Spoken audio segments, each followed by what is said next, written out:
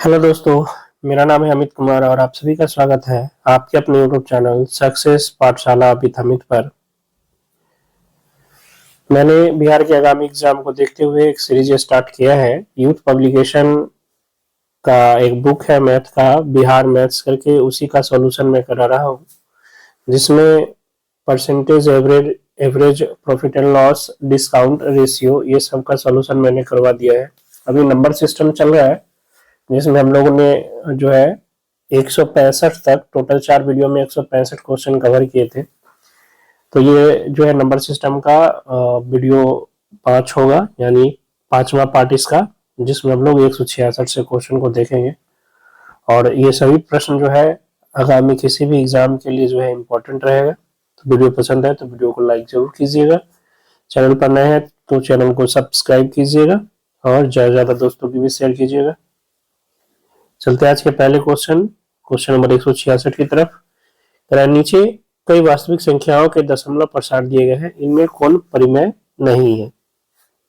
तो देखिए, परिमेय संख्याओं का जो दशमलव निरूपण होता है वो या तो क्या होता है, या तो शांत होता है या अशांत आवर्त होता है।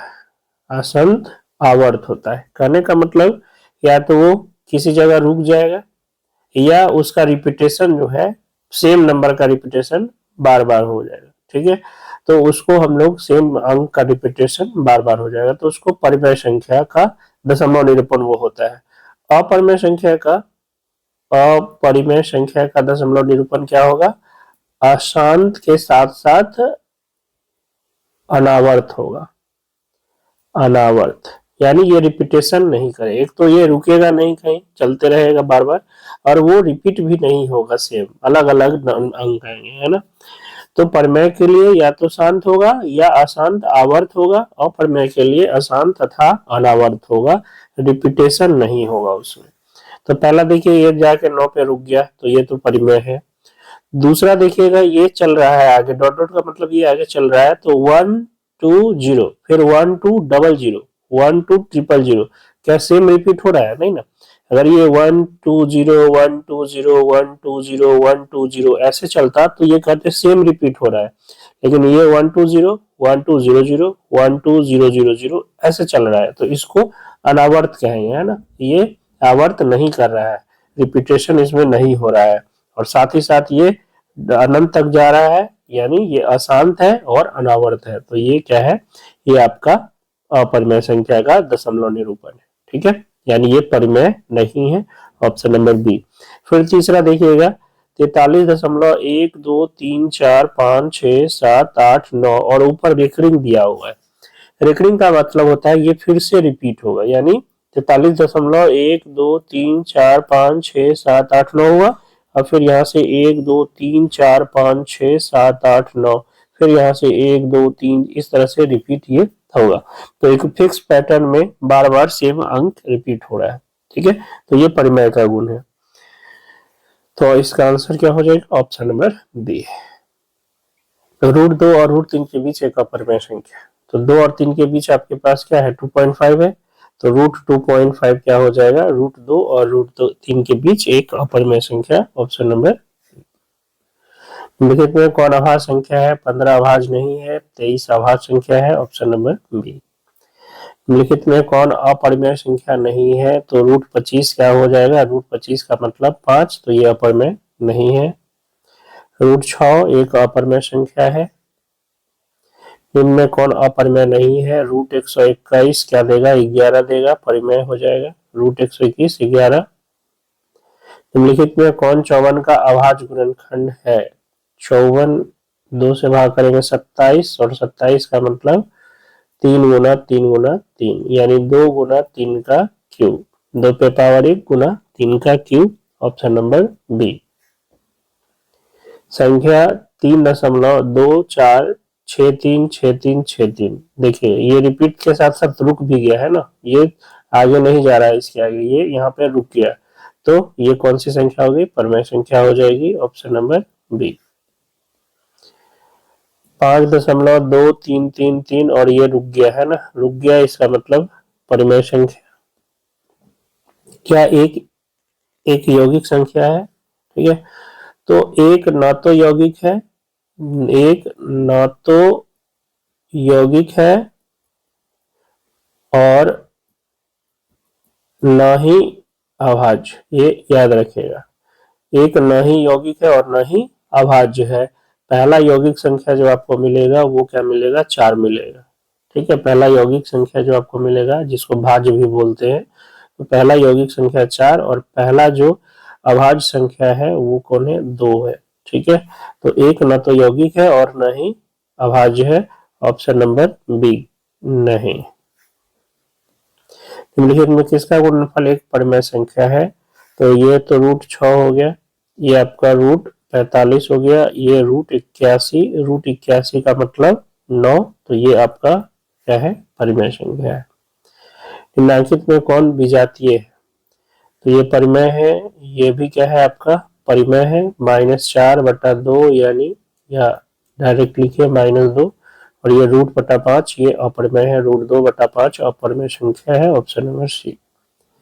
यदि 47 से 379 में भाग देने पर शेष 3 बचे तो भागफल क्या होगा, तो 47 में 379 में 47 से भाग करेंगे तो 8 बार में 8 सते 56, 8 चौक 32 और 5 37, 3 बच रहा है, तो भागफल कितना हो जाएगा, 8 हो जाएगा, ऑप्शन नंबर डी।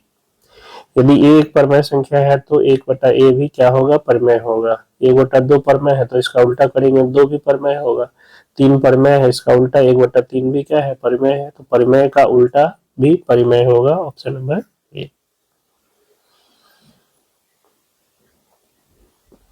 अच्छा, इसमें ध्यान क्या रखना है, ये 0 के लिए नहीं है, 0 को छोड़कर यहाँ कंडीशन होना चाहिए था कि a is not equal to 0, क्योंकि a 0 भी क्या है, अभाज्य संख्या है, सॉरी परिमेय संख्या है।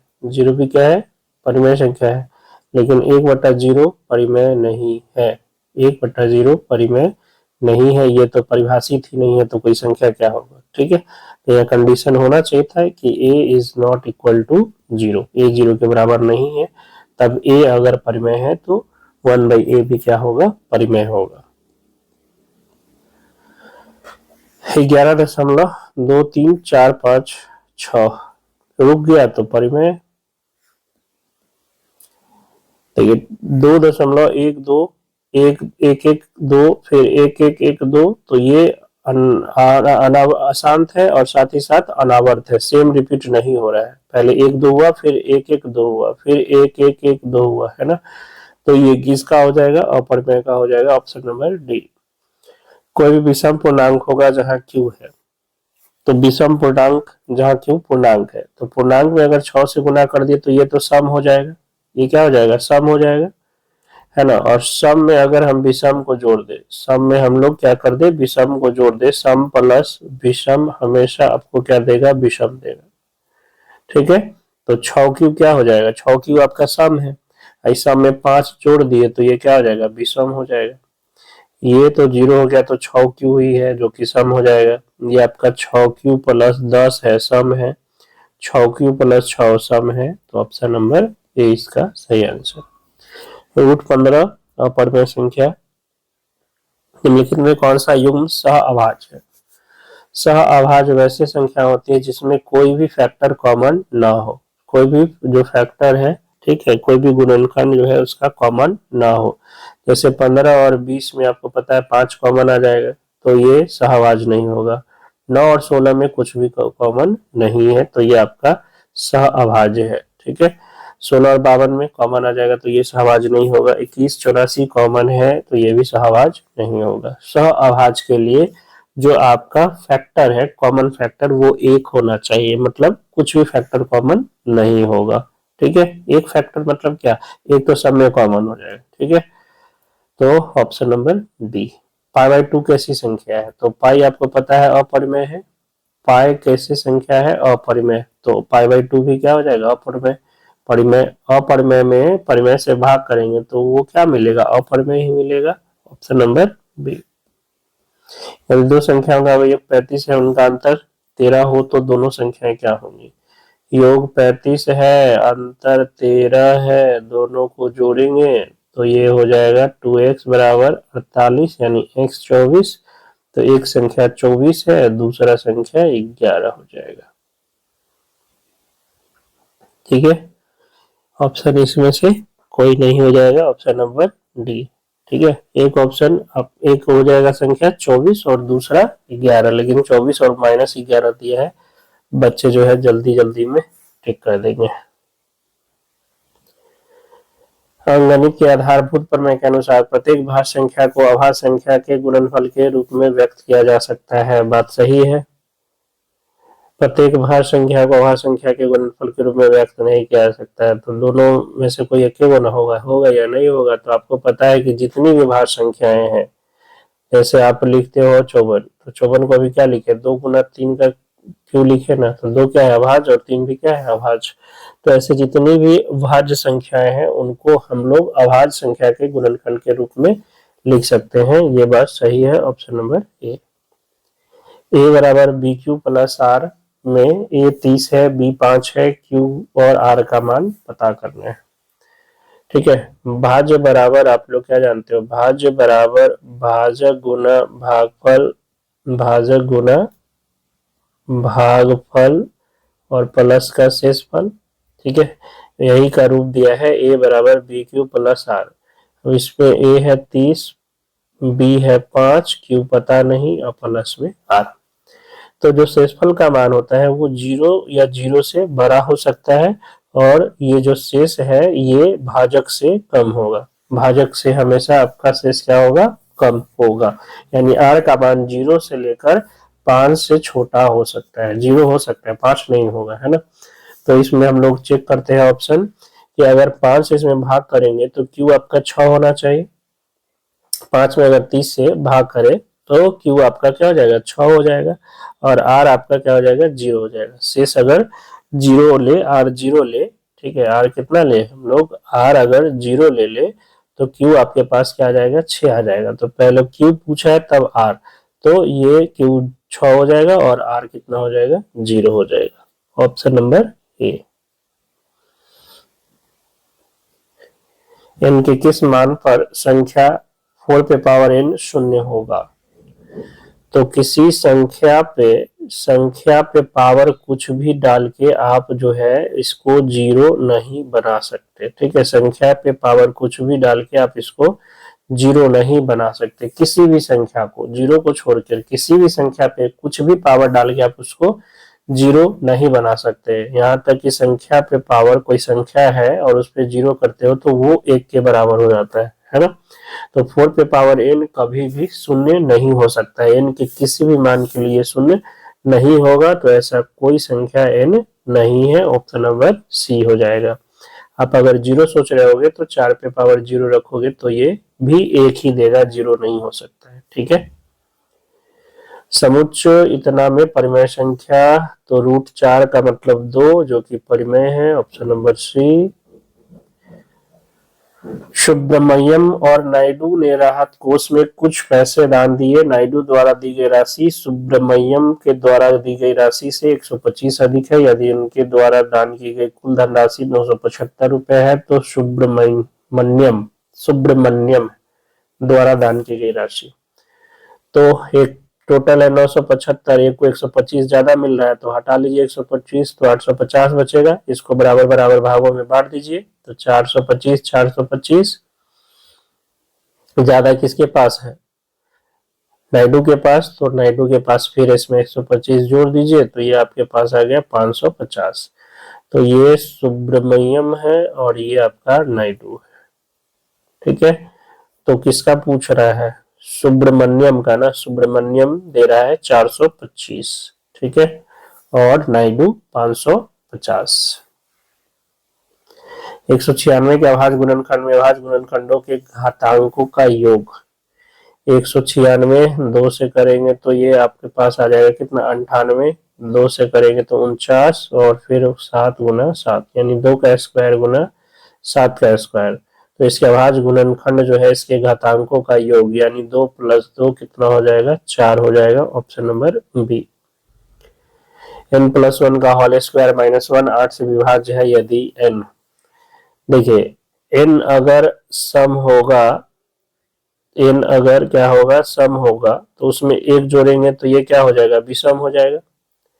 अब विषम का जो स्क्वायर होता है, विषम का जो स्क्वायर होता है वो विषम ही होता है।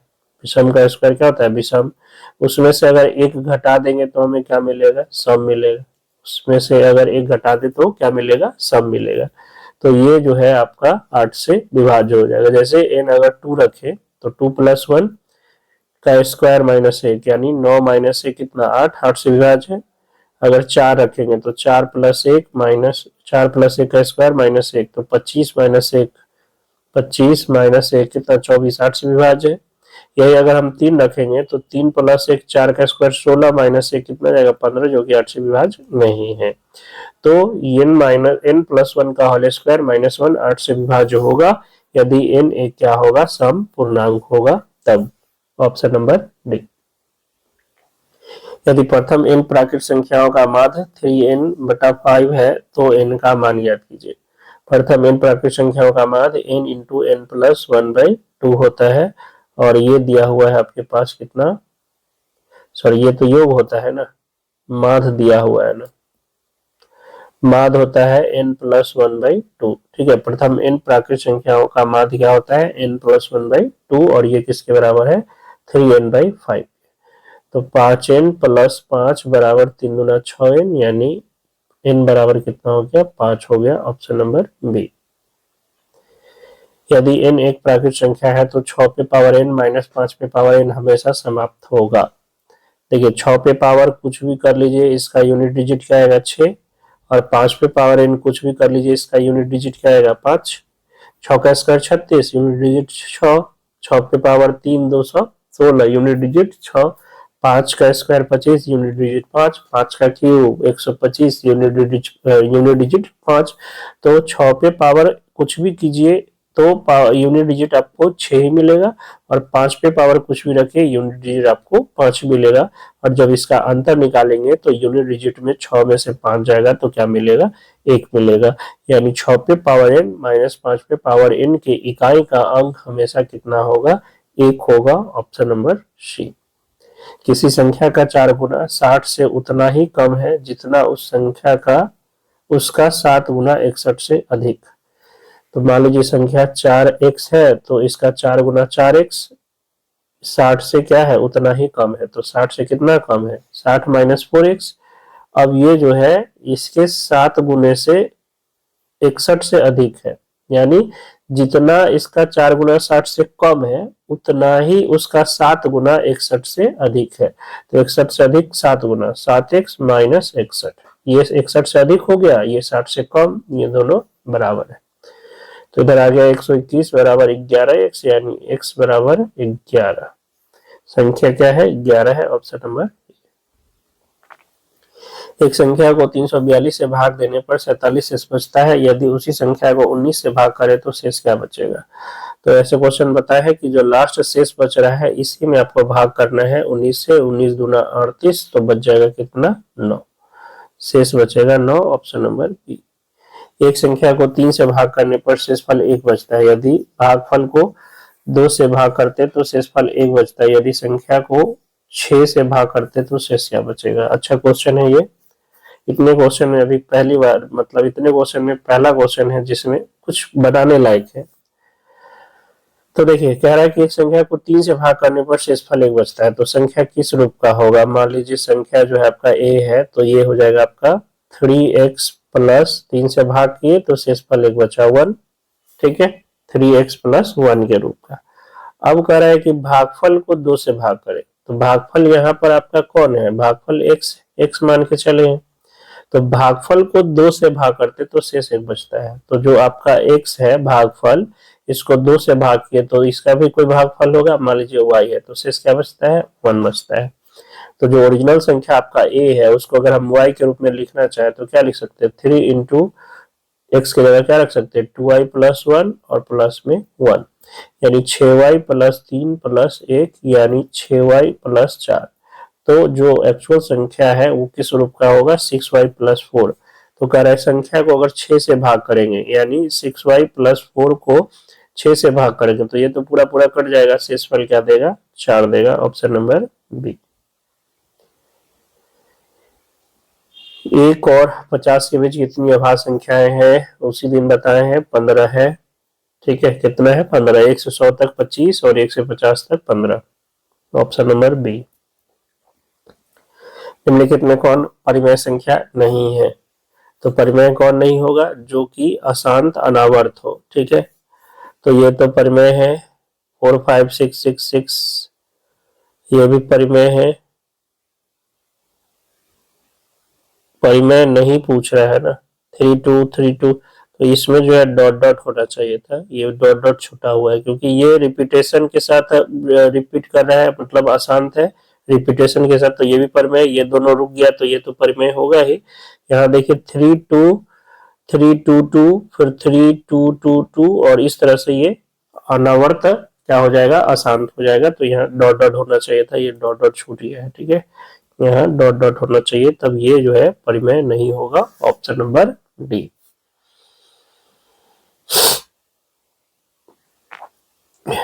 दोस्तों, एक अपरिमेय संख्या के लिए निम्नलिखित में कौन सत्य है, दशमलव रूप शांत होता है, दशमलव रूप अशांत आवर्त होता है, दशमलव रूप अशांत अनावर्ती होता है। अभी बताया कि दशमलव रूप जो है इसका कैसा होता है, अशांत अनावर्ती होता है, यानी रिपीट नहीं करेगा। एक तो ये रुकेगा नहीं और दूसरा क्या होगा, ये रिपीट नहीं करेगा। ठीक है, ये रिपीट नहीं करेगा, ऑप्शन नंबर सी। प्रत्येक धनात्मक समपूर्णांक के लिए निम्नलिखित में कौन सत्य है जबकि q एक पूर्णांक है। धनात्मक समपूर्णांक, तो q में अगर कोई पूर्णांक है उसमें 2 से गुना करेंगे तो वो सम हो जाएगा, और 1 जोड़ देंगे तो वो विषम हो जाएगा, है ना। तो सम है यहाँ पे, तो 2q का रूप होगा, ऑप्शन नंबर बी इसका सही आंसर हो जाएगा। प्रथम 20 विषम प्राकृत संख्याओं का योग, प्रथम इन प्राकृत संख्याओं का विषम प्राकृत संख्याओं का योग n स्क्वायर होता है, तो 20 का स्क्वायर 400 हो जाएगा, ऑप्शन नंबर सी। परिमेय संख्याओं का समान रूप किस रूप का होता है, p बाई क्यू के रूप का, जहां q is not equal to 0 और p और q क्या है, कोई पूर्णांक होगा, ऑप्शन नंबर ए। दो परिमेय संख्याओं का योग हमेशा परिमेय ही होता है, परिमेय संख्याओं का योग हमेशा परिमेय ही होता है। सबसे छोटी अभाज्य संख्या और यौगिक सबसे, ये यहाँ आना चाहिए था। ठीक है, सबसे छोटी अभाज्य संख्या और सबसे छोटी यौगिक संख्या, यहाँ पे यौगिक होना चाहिए, यौगिक संख्या का मौसक क्या है, तो सबसे छोटी अभाज्य संख्या कौन हो गया आपका, 2, सबसे छोटी अभाज्य संख्या 2 और सबसे छोटी यौगिक संख्या 4, इसका मौसक, तो 2 और 4 का मौसक क्या हो जाएगा, 2 हो जाएगा, ऑप्शन नंबर सी। ठीक है, 2 और 4 का मौसक यानी HCF क्या हो जाएगा, 2 हो जाएगा, ऑप्शन नंबर सी। निम्नलिखित में कौन विजातीय है, सेम क्वेश्चन रिपीट हो रहा है, ये सी नंबर √2/5 क्या है, अपरिमेय संख्या है। पाई किस प्रकार की संख्या है, अपरिमेय संख्या है, ऑप्शन नंबर ए।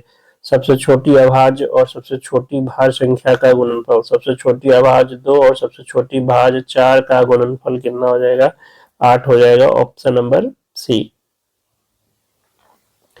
आज का आखिरी क्वेश्चन, भाज्य ए और भाजक बी के लिए a बराबर BQ प्लस R में शेषफल के लिए कौन सा संबंध सही है। अभी आपको बताए थे कि जो शेषफल है वो 0 से बड़ा या बराबर होगा और छोटा होगा किससे, जो भाजक है आपका यानी b से। ठीक है, R जो है 0 से बड़ा या बराबर होगा और छोटा होगा भाजक b से, ऑप्शन नंबर सी।